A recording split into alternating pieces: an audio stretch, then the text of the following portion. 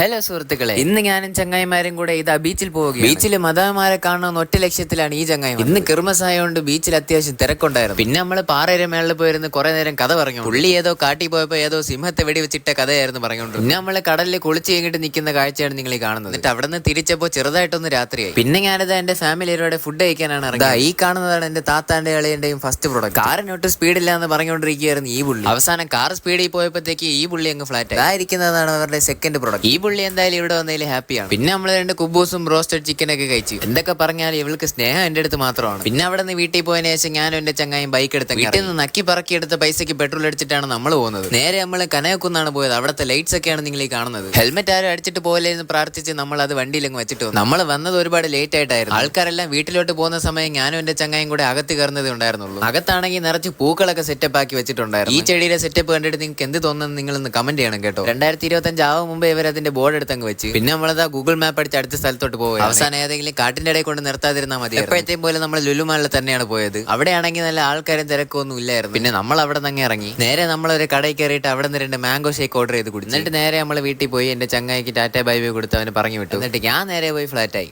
അപ്പൊ ബാക്കി അടുത്ത വ്ലോഗിൽ.